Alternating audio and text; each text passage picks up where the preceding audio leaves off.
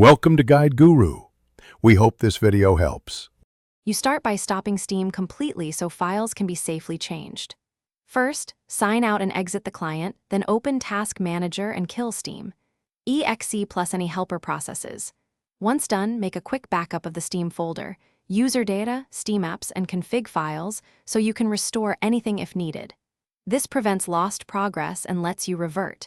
Make sure you have administrator rights before continuing. Without them, the reset commands and file deletions may fail. Now perform the actual reset steps.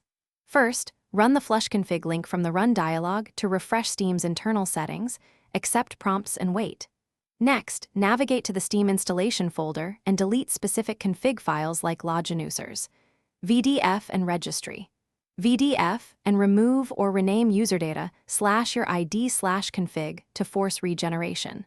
Also clear the package cache folder to remove cached manifests. Make sure Steam is closed while you delete files, otherwise changes won't take effect.